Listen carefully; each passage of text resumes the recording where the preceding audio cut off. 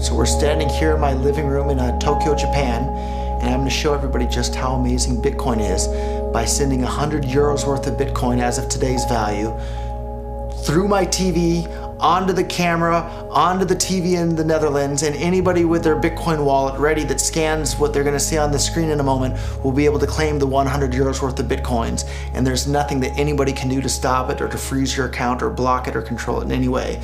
So on the TV here, we have a Bitcoin address that I've just generated. And I have my phone here. I'm going to scan the QR code for the Bitcoin address on the TV. Now I have it. I'm going to send 100 euros worth of Bitcoins to that address. So we'll hit send. And anybody can monitor on blockchain.info the balance of this address. There it is, 100 euros worth of Bitcoins just arrived at this address. So total received 100 euros, final balance 100 euros. Just like that. So on this next screen you're about to see, anybody with their Bitcoin wallet that scans the private key that corresponds with that address will be able to claim that money just by scanning the code that you're about to see on your television.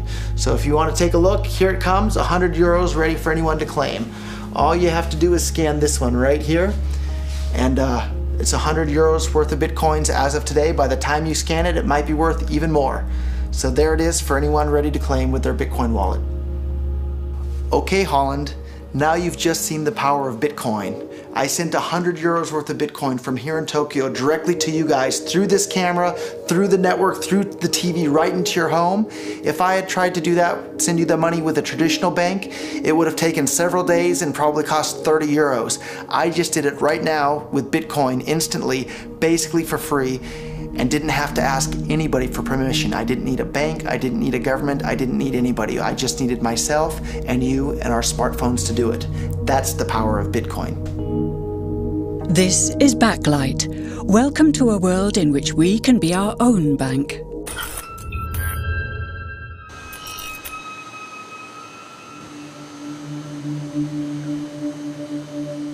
We take it for granted that money creation is controlled by governments and banks.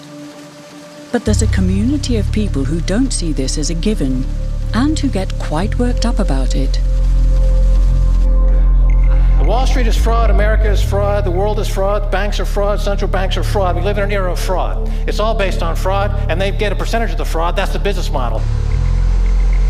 To suggest that there is any moral or ethical aspect to anything that's going on now is to be completely naive about the fact that we live in an era dominated by financial terrorists, jihadis of banking. They're here to kill you and themselves. They believe in an ideology, not the Quran, but Adam Smith, that they completely misread and interpret as something to justify their blowing themselves up. Janet Yellen's a terrorist! Mario Draghi's a terrorist! The Central Bank of Japan is a terrorist! These are the real terrorists! Funds received. This community is switching to what they think is a better monetary system.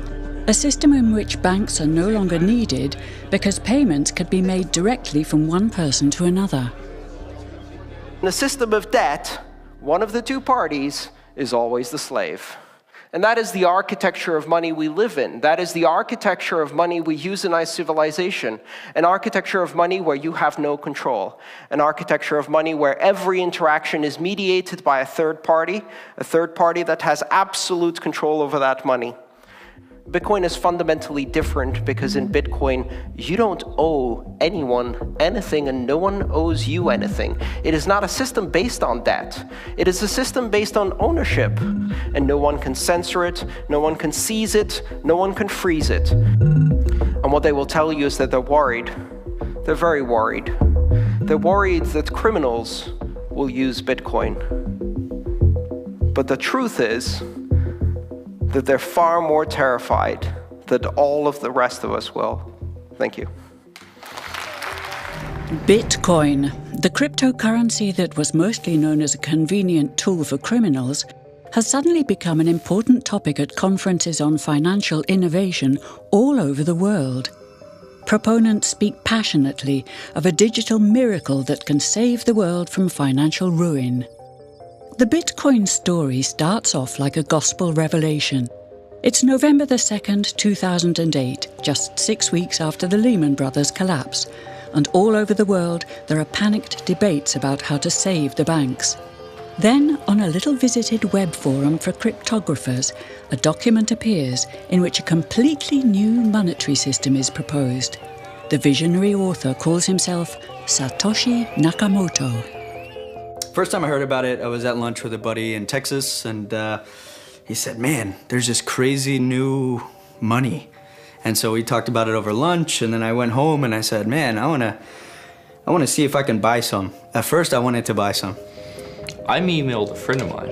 I think I probably saw the white paper in some web forum or something. You know, it just said this is some electronic currency thing. And this was publicly available. You know, this was posted, I think in December, 2008 or something. And these were the darkest days of the financial crisis.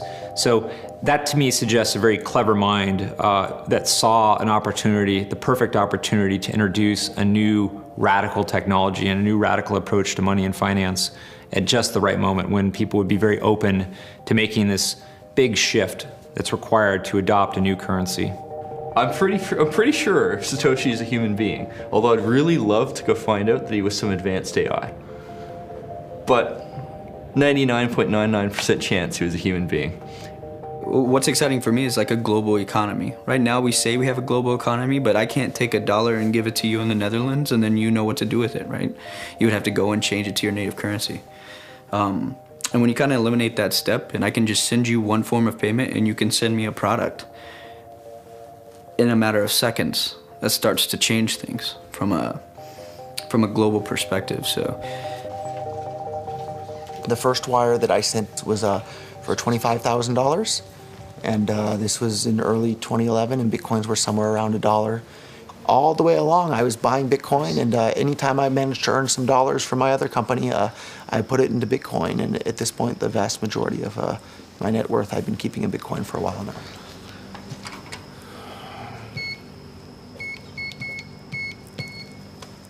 I'm glad you didn't get the parking pin. The car is actually like the perfect color for Bitcoin. It's like the Bitcoin orange. So we wanted to order some like Bitcoin decals and put like Bitcoin logos around the car and then drive it around Tokyo to help advertise Bitcoin. But still never got around to doing that, maybe someday. Roger Fear is the CEO of MemoryDealers.com, selling second-hand computer equipment. But for a couple of years now, he's been known as the Bitcoin Jesus. In 2011, he bought $25,000 worth of Bitcoins, which now have a market value of $6 million. And somebody closed my, I usually leave the trunk, the hood open a little bit so that I can reconnect the battery, but I don't know how it got closed between now and the last time I was here, so we'll have to... Some people think of Bitcoin as sort of an early adopter thing, like, okay, I'm already too late, or... So isn't that a problem for Bitcoin? So thinking that it's too late to get involved in Bitcoin is like thinking it's too late to get involved with the internet or too late to get involved with using a cell phone. Like, it's not too late to get involved in Bitcoin. Bitcoin's going to make your life easier in so many ways.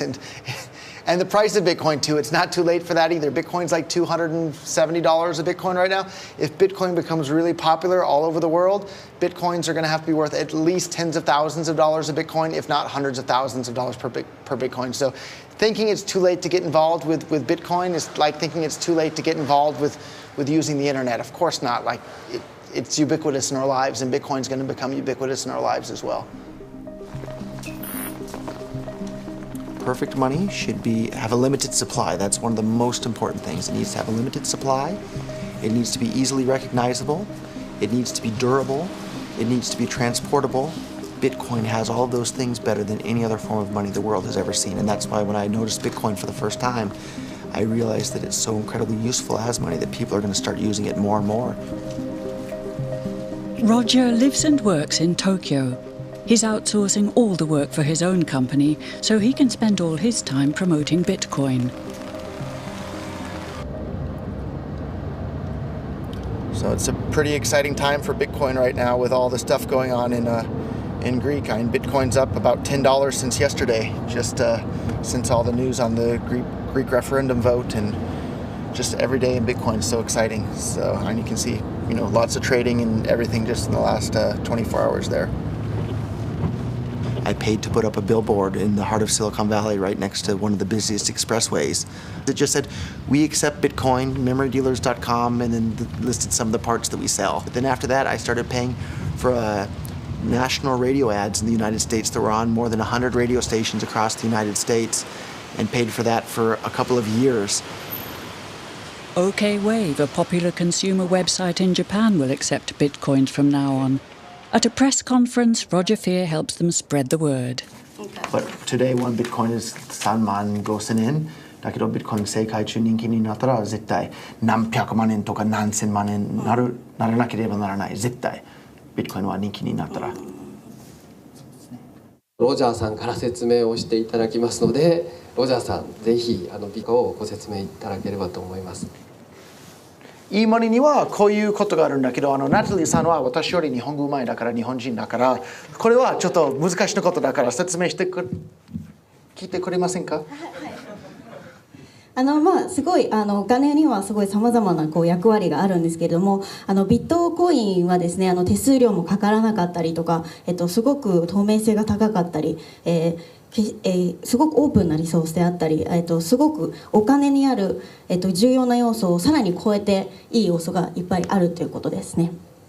今までのビットコインの前のお金にはこういうことはちょっとありましただけど、今までには人間の歴史のことを最初から今までビットコインは一番こういうこと持ってるだから、世界中には一番いいお金になる。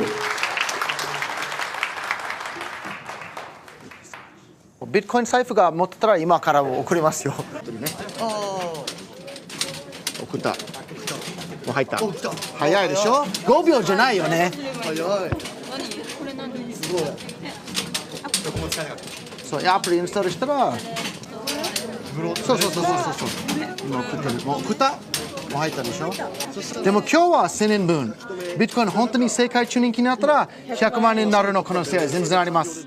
Roger, are you giving bitcoins away? I'm giving every single person here 1,000 yen worth of bitcoins, which is like $8 and something cents.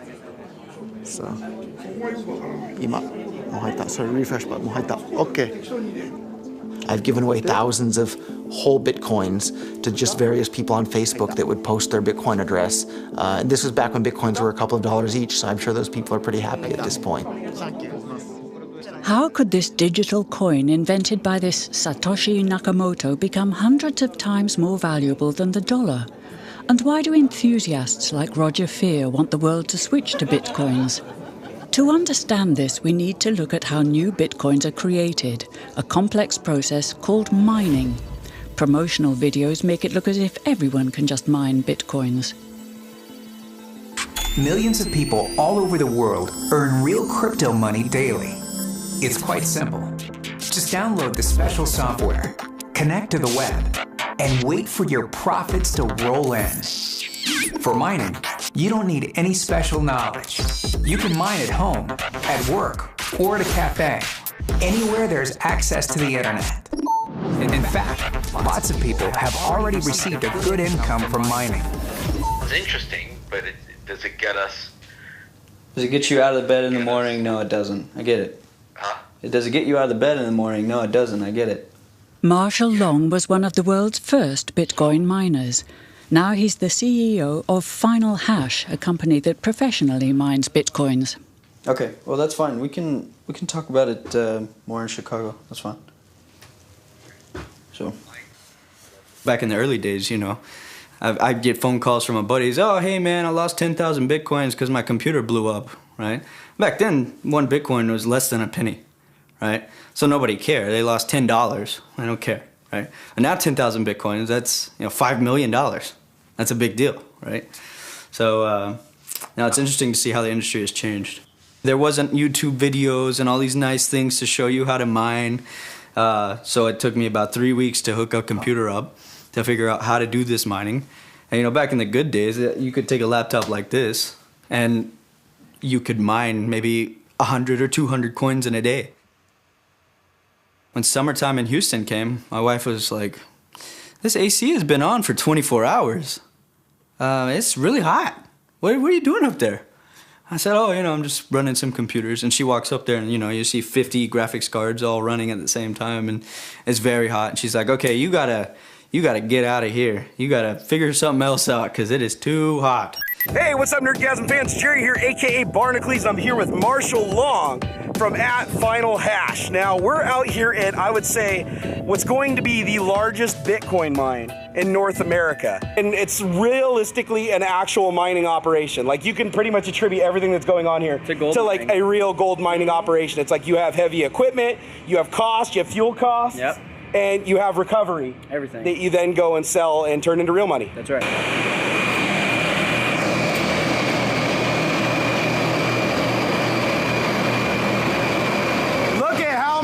Machines are in here. You got S4s, S5s, everything. Actually, this looks like it's mostly S4s, huh? S4s in here.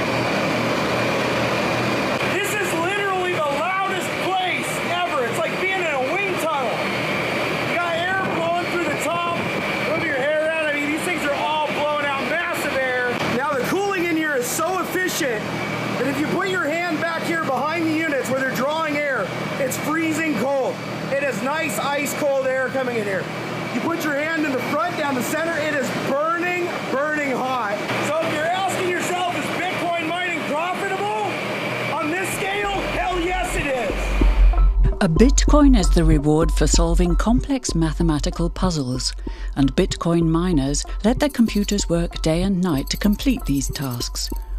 All the Bitcoin users in the world are connected, and together they constitute a network that processes and checks all Bitcoin transactions in a public ledger called the blockchain, and Satoshi Nakamoto designed it in such a way that users can create a free and anonymous Bitcoin account number, a so-called wallet. Satoshi's invention eliminates the need for a central bank, because all the users together are the bank. But early Bitcoin users had no idea how big Bitcoin and the blockchain would become. I think sometime in spring of 2010, I could be wrong on the exact dates, but basically someone put out a request saying, hey, I'd like to buy something with Bitcoin. Will anyone buy me a pizza? And I believe someone here in England bought the person in Florida a pizza for 10,000 or something Bitcoins. I mean, it'd be worth, a very large sum of money today. And that was the first Bitcoin commercial transaction. Garrick Heilman, an economist at the London School of Economics, was one of the first scholars to study Bitcoin and the blockchain as a serious monetary system. As a scholar, did you sort of label it, or was it something totally new to you? It looked very different to me. I mean, as soon as I heard the word decentralized and the fact there was a network powering this currency rather than a central issuer, that immediately captured my interest as something quite different based on what little I knew about alternative currencies at that time. What it meant for people who are libertarians in particular is that the government couldn't come in and shut down a server and end Bitcoin. It would have to shut down the entire internet or turn off the electricity grid to stop Bitcoin. And so that was really attractive to people who are worried about these types of things. Many of the early Bitcoin enthusiasts were libertarians who saw Bitcoin as the ultimate remedy for state intervention. This was also what attracted Roger Ver to Bitcoin. In his early 20s, he was a candidate for the Libertarian Party in California. But during his campaign, he was sentenced to 10 months in prison for trafficking illegal fireworks. According to him, this was a political case brought by people who opposed his ideas. So I have 2 Bitcoin-related geese. I have the bitcoin.org and I have the blockchain.info, Bitcoin blockchain logo. So you think it was a political case? There's no doubt in my mind whatsoever, and in fact, even at one of the pretrial conference things with the ATF agents, my attorney and the U.S. attorney, my attorney was saying, hey, these are store-bought firecrackers we sold on eBay. We can pay a fine, do some community service, and be done with this. There's no reason to destroy my life over it and send me to prison and make me a felon. And the U.S. attorney at that point was kind of nodding his head like that sounds reasonable. And the ATF agent literally pounded his hand on the table and shouted, but you didn't hear the things that he said, which I think summed up very clearly. They weren't mad about anything that I had done. They were mad about the things that I had said, because the ideas that I'm trying to spread are subversive to the state. And I did 10 months in federal prison, and I was scared of the U.S. government. The moment I was allowed to leave the U.S., I left, and I haven't lived there ever since.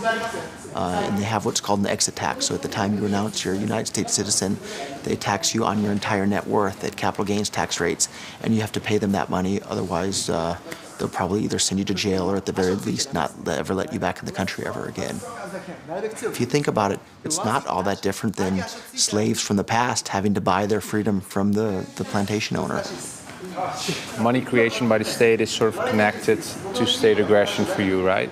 In my line of thinking is if you or I create counterfeit euros or print euros or dollars or yen, we would go to jail for counterfeiting because it's destructive to the economy. By counterfeiting dollars, it's stealing from everybody else in the economy that has money.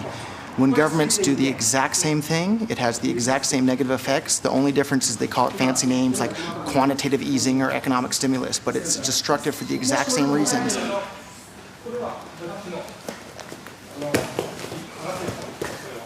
My hobby growing up and in high school and since has been studying economics. And the more you study economics, the more you realize that all these government interventions in the economy prevent the world from becoming as wealthy and prosperous as it otherwise would become.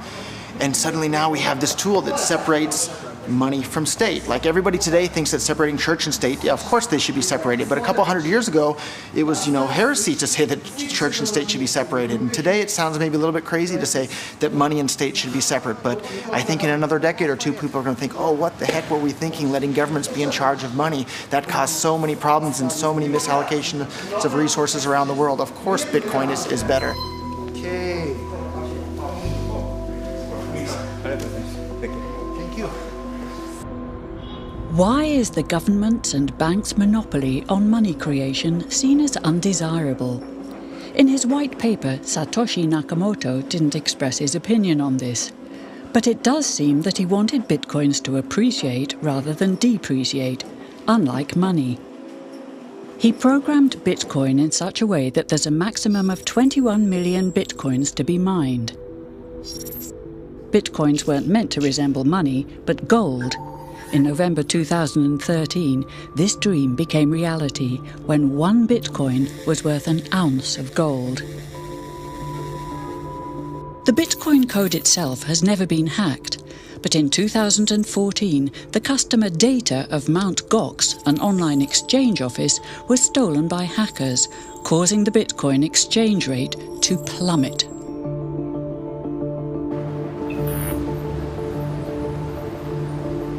At the Financial Times in London, journalist Isabella Kaminska has been critically following the Bitcoin exchange rate and community since the very beginning. I've always been a geek about finance, and I've always been a geek about how the system works. So like the really boring nuts and bolts, the plumbing of the system. And I think in 2008, it was the first time we all really thought, actually, not only is the system as we know it possibly crumbling, there might be opportunities for new systems to come up as a result of it. Yeah, exactly. Yeah. Well, yeah, so I guess I started writing about it again around here, 2012. And then we had the first little rally. And then this is also this is very reminiscent to the classic bubble chart. I know that you guys want to change the next. So you see, this is the famous bubble chart, which has takeoff, first sell-off, bear traps. So that's the first little micro, mini dump. Then you go to the new total bubble, then it crashes. And there's a bit of like a return. People think maybe it's going to come back, and then it crashes again, and then it gets back to a more realistic trajectory. And you'll see that really is very reminiscent to what we've seen here. What everyone is really wondering is, will we see a consolidation of this price, or will it recover somewhat, or will it go completely to zero? There are really... What do you think? I think what's best for Bitcoin is actually if it just stays stable. So everybody agrees volatility is currently the biggest enemy of Bitcoin. Satoshi's dream, what would that be? The paper doesn't really say what his big dream was. He just wanted an efficient mechanism that was cheap. But in terms of what I think people have projected his vision as being is this world where we are all our own bank. We don't have to depend on any intermediary, and banks are gone. In the current economy, because of the way our system is structured, if I decide to hoard my dollars, I'm usually hoarding them in an institution that is using them as a means of capital raising, and they will be lending them out. So my money, even though I'm saving, that saving is going into an investment somewhere else, being done by a bank, etc., and it's helping to grow the economy. So my saving doesn't disadvantage the economy. But in Bitcoin, there isn't that opportunity. So a hoarded Bitcoin is a hoarded Bitcoin. It's totally idle. It has no interest, it has no yield. It is simply sitting there doing nothing. And yet the person who holds on to it thinks they have a right to future income flow as if they had been investing. When the line was flat, people like massively bought in or mined Bitcoins, and they are now like multi-millionaire billionaires. They're the new 1%. They're the 1% of the Bitcoin economy, which again goes against the whole democratization side of the argument, because really you're not democratizing the economy. You're just transferring the power from the existing elite to a new elite. The fact that a few early Bitcoin miners and investors are now multi-millionaires is reminiscent of the current banking system, in which bankers are accused of personal enrichment.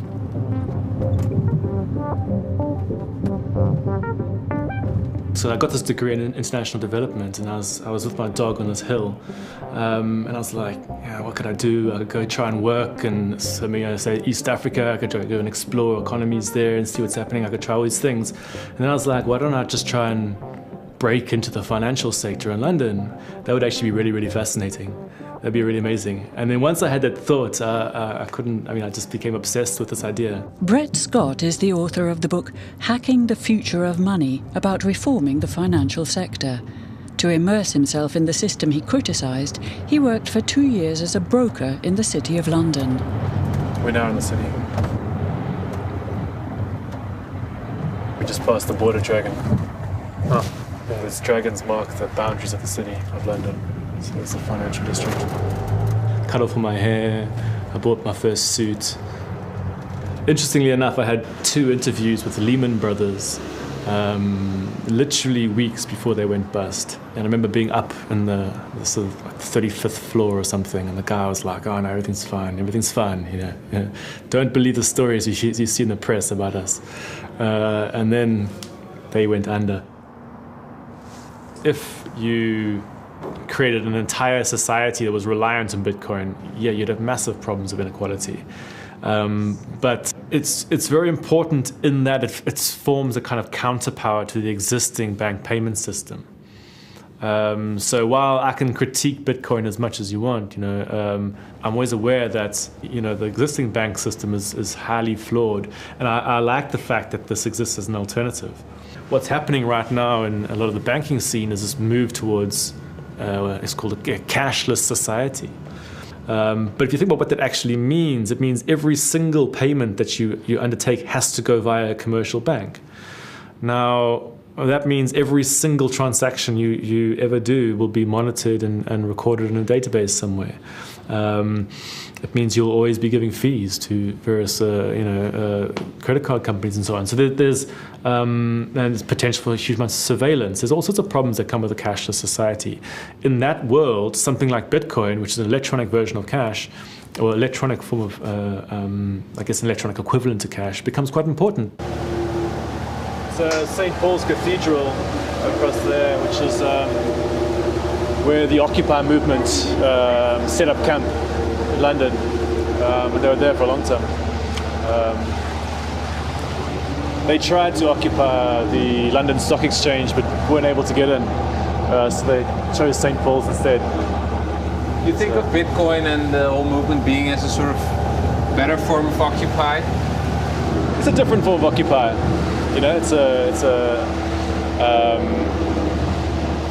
Maybe it's a follow-on from the Occupy movement in some ways. Bitcoin, as a form of protest against the current banking system, is propagated in the Netherlands by 3 Bitcoin enthusiasts who have created an app called BitKassa and who are now trying to convince all retailers in Arnhem to accept Bitcoins. Als ik nu mensen spreek over hoe Bitcoin werkt, dan kijken ze in eerste instantie soms vreemd op van, goh, werkt dat zo en wat bijzonder en apart. Maar diezelfde mensen weten ook helemaal niks van hoe het huidige systeem eigenlijk in elkaar steekt. En dat is echt ook bijna niet te geloven eigenlijk. Nee. Hoe dat Mensen willen het ook. Je merkt vaak dat stuit op weerstand of gewoon ontkennen. Van het kan niet dat daar een klein clubje bedrijven is die al het geld maken. En dat wij niet alleen als individuen, maar ook als bedrijven en zelfs als overheid, dat bij die banken moeten lenen. Terwijl die banken dat letterlijk uit het niets maken. Dus ja, dat vind ik super scheef. Nou, we zien hier de plattegrond van Arnhem. Dit is een beetje het centrum van de stad. We hebben hier het modekwartier. En je ziet dat de bitcoin-acceptanten zitten verspreid. Maar met name in het centrum hebben we een enorme grote hoeveelheid bitcoin-acceptanten. Kun je zonder euro's gewoon een week een leuke tijd hebben in Arnhem? Dan vermaak je je uitermate goed, ja. Je kan overnachten, je hebt vrije tijdsbesteding. Je kan naar het wijnmuseum bijvoorbeeld, en bowlen. Ja, er zijn al verschillende toeristen geweest, eigenlijk Bitcoin-toeristen, die speciaal naar Arnhem zijn gekomen omdat we hier iets hebben opgezet waarmee je gewoon met gemak een weekend een hele leuke tijd kan hebben en alleen maar bitcoins kan uitgeven. Hoe is het verder? Loopt nog niet echt storm met de betalingen, geloof ik? Nee, dat valt wel mee. Er zijn wel enkele mensen geweest die hebben betaald met de bitcoin. Ja, maar kan nog wel wat meer, geloof ik. Altijd. Ja. Eigenlijk liever meer als met pinautomaat, maar ja, dat is afwachten allemaal. Hè. Weet je, iedereen is verkikkerd op die pinautomaat of dat pinpasje. Maar iedereen die loopt met een smartphone. En als je die banken dan neemt, die nemen gewoon te veel geld voor alles. Dus je moet die pinautomaat huren of kopen. Je moet bundels kopen. En dan de stortingen moet je betalen. Al die dingen, als je dat allemaal bij elkaar optelt, dat kost gewoon te veel geld. En u als ondernemer krijgt dus bitcoins. Ja. Maar u krijgt via BitKassa systeem krijgt u euro's uitbetaald. Ja. En wanneer zou u ervoor kiezen, denkt u, om die bitcoins te houden en te zeggen, ik hoef ze niet omgewisseld te hebben in euro's, ik hou ze wel als bitcoins? Als het echt daadwerkelijk omslaat. Dus dat je ook echt in de gaten krijgt van jongens, nou gaat er echt een sneeuwbal rollen, dus dat die meer wordt. En dan ben je eigenlijk van nou gaat het lukken en dan gaan we gewoon verder. Dan ga ik gewoon verder. Deze studenten die hebben van de hand allemaal bitcoins gekregen en vanavond gaan we die uitdelen. Ja? Nou, ik verstuur nu die bitcoins en dan zou het bij jullie allemaal tegelijk moeten binnenkomen. Het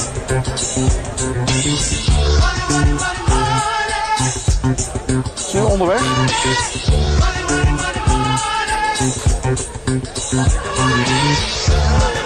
Binnen?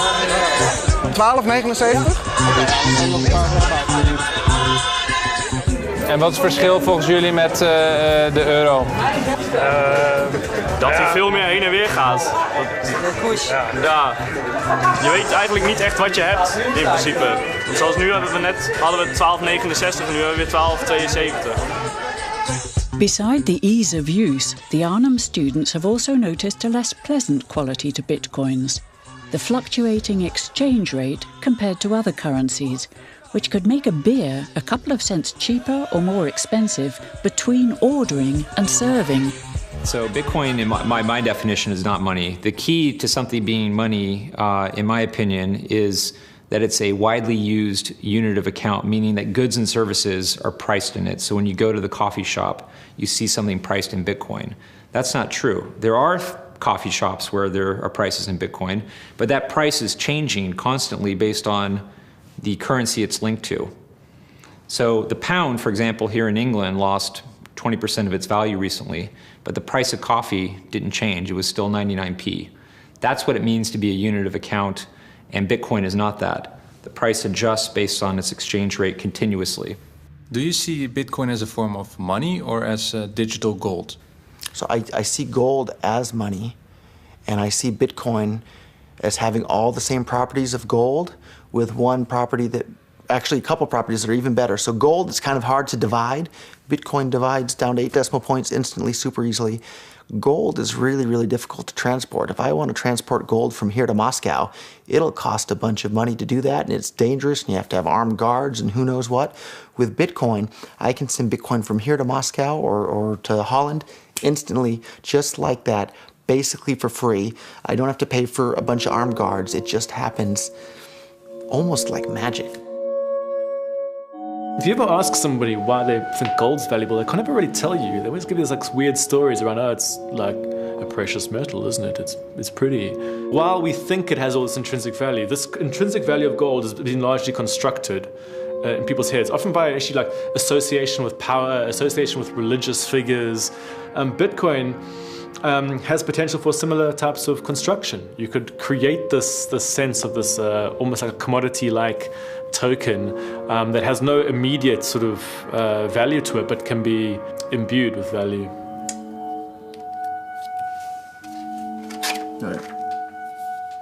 As more people start to mine, they become harder and harder to find. So it's kind of been I correlate it to like an arms race, right? The guy with the biggest gun wins at this point.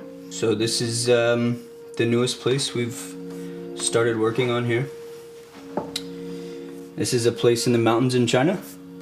It's cool and it doesn't rain that much, so we can cool it very efficiently. How much do you pay for that electricity on a daily basis?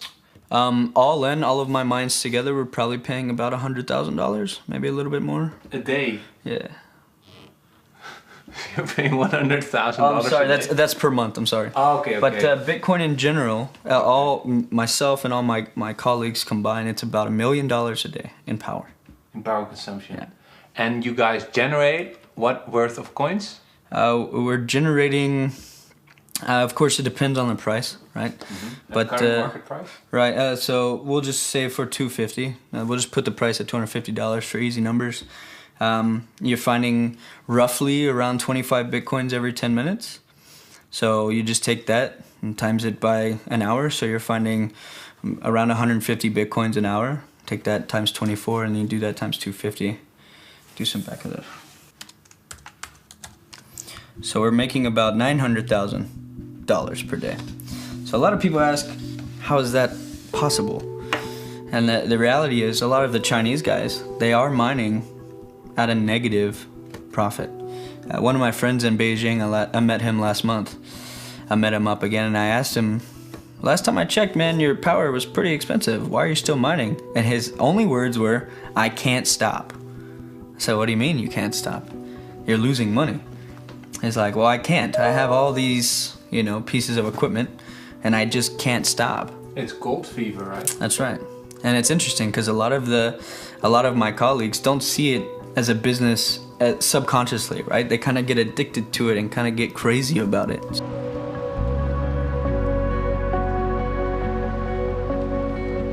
好，现在看到的就是我们那个长城镇的机房，这是我们大连的1号机房。现在有3层楼，我们使用的是第2层。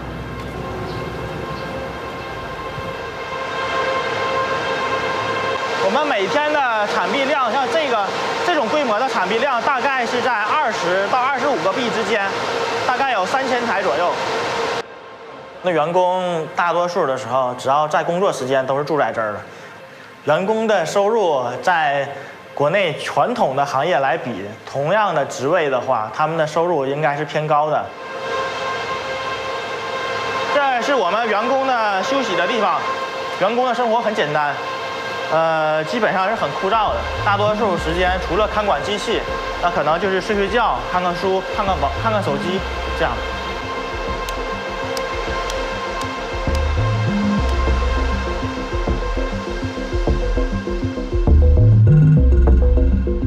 So what was supposed to be a very democratic system has ended up concentrating in exactly the same way that we have seen the banks concentrate their business. So now you have most of the miners are based in China, or most of the miners are huge server farms that, you know, the average person can't be a miner anymore in Bitcoin. It's far, you know, the barriers to entry are now really, really quite expensive. You have to invest in at least, you know, thousands of dollars of equipment if you want to be a miner.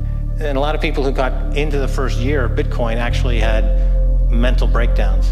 It was so beautiful. It was like you're seeing, you know, some of the most remarkable art ever for the first time. One of the qualities that I don't like about the community is that it's extremely absolutist, it's very politically led, and it assumes that its political ideology is the correct one, and it kind of thrusts its political ideology on everybody else. So I always say, you know, I don't want political ideology when I'm paying for my coffee. I just want a payment network that works and that allows me to benefit from smooth transactions. Lots of paper money. So this is a receipt, and this is my public address and private key. You got it covered for us, so we cannot film it. That's right. Bitcoin. Over the past 2 years, new members are increasingly joining the Bitcoin community, not for ideological reasons, but for practical ones.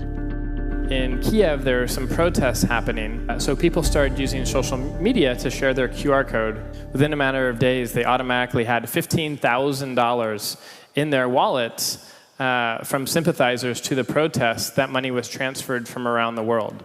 It's an incredibly powerful example, because today I spent 7 years in Nicaragua, and today I still cannot use PayPal to transfer money to my friends in Nicaragua. Whether or not Bitcoin will be worth millions isn't the main question for many computer scientists, investors, and hackers. To them, Satoshi Nakamoto's real invention is the blockchain technology, a global open ledger which can be used to share much more than just money. You may think that Bitcoin is just another way to pay for a cup of coffee, but it's not. Bitcoin is just the denomination used to pay the toll to put stuff on this global ledger. Now, if you think about it, timestamp recordings of deaths, births, property, transactions, votes, this is the entire fabric of our civilization, which makes the blockchain one of the most profound human innovations of our time, because having a massive global ledger as a public utility can completely reorganize the way that we run our societies. Fundamentally, blockchain is a database sort of mechanism, and it's a standard, it's a protocol. And one of the problems we have in an increasingly globalized system is that everyone is operating their systems on their own local standards. And getting people to do everything in a uniform way that benefits all of us, like, you know, bringing in the metric system, that is really, really hard. Blockchain offers an opportunity to start this new, exciting technological industry from a standard that is globalized and potentially uniform. So I see the potential that way. The decentralized blockchain makes it possible to share data publicly without a single party controlling the system. In the blockchain, all participants in the network are equal. Maybe inventor Satoshi Nakamoto saw Bitcoin as just the first experiment with this form of digital democracy. I think blockchain technology is really authentically fascinating. Like, I think it's anybody who ignores it and writes it off is probably making a mistake. I think it's definitely not going to get smaller. But to this day, the true identity of the architect behind this revolutionary technology remains a mystery. We can't ask Satoshi questions, which is really frustrating, right? But it's also, again, part of, I think, the magic of Bitcoin is that, we can all kind of imagine this technology, as we see it, rather than just as Satoshi did. So it could be used in this way, even if Satoshi didn't intend it to be this widely, worldwide distributed thing. I think Satoshi probably did, but it still could be that, and we can make it that. Satoshi around here somewhere in Tokyo? Yeah, I think I see him right there. Oh, that's a question I get a lot, actually. A lot of people have asked me who Satoshi is since I got in so early. I think I've got a pretty good idea, but I like to keep that one close to my chest. So. Why? I mean, tell me. Because I'm not 100% certain. And the reality is it doesn't really matter, right? It doesn't matter who Satoshi is. Because now it's kind of grown beyond like a pet project, right? But I mean, he owns, Satoshi owns how many coins? I think he's got about 500,000 locked up. With his blockchain technology, inventor Satoshi Nakamoto has completely relinquished his control of Bitcoin. But he does own 1/20th of all Bitcoins himself. So if one day Bitcoin does become widely accepted as a currency, he will be one of the richest people on Earth. People might find that scary, a new currency or a system based on an inventor who owns already, well, 1/20th of all the currency he invented. Yeah. Isn't that a problem? Satoshi invented one of the most important inventions in the entire history of humankind that's going to improve the lives of everybody on the planet for the better. If he had half of all the Bitcoins, he would still deserve it. Who do you think Satoshi is? I think it's probably a band of people who decided that a nom de plume was the best way to go, precisely because if it did take off, there would be too many consequences for an individual, one person, or even a group of people. And from my perspective, you never make a move of this sort without a myth. You need a sort of foundation myth. Every good sort of system of power has a foundation myth, and it's always best if the leader is either anonymous or aloof or in some way distant from the public, because you have to create a sort of mythology around him. And because Satoshi, nobody knows who he is. If we knew who he was, it would almost ruin the whole thing for everybody, I think. Why did he disappear, you think? He undermined the ability of every single government on the entire planet to control the money supply. And that's how every single government in the world is controlling their citizens and their economies today. And he just basically, knocked their feet right out from under them with the invention of Bitcoin. And I'm sure that's going to make a lot of people who want to control other people by force really, really upset. So yeah, I think it's really, really smart for him to have disappeared. And for me, it probably would have been smarter for me to keep quiet too, but Bitcoin's too exciting for me to stay quiet about.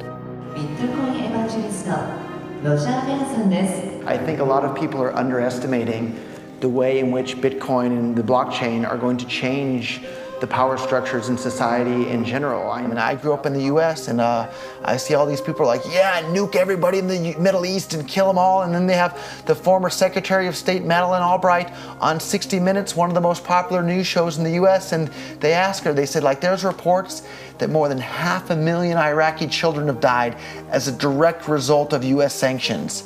And she looks back at her with a straight face and she goes, it was a really tough decision, but I think that it was worth it. Worth murdering 500,000 kids because of what the government did? And I apologize for crying, but it just disgusts me from my core when I see government people murdering people around the world. It's not just theoretical. These are real people with real lives.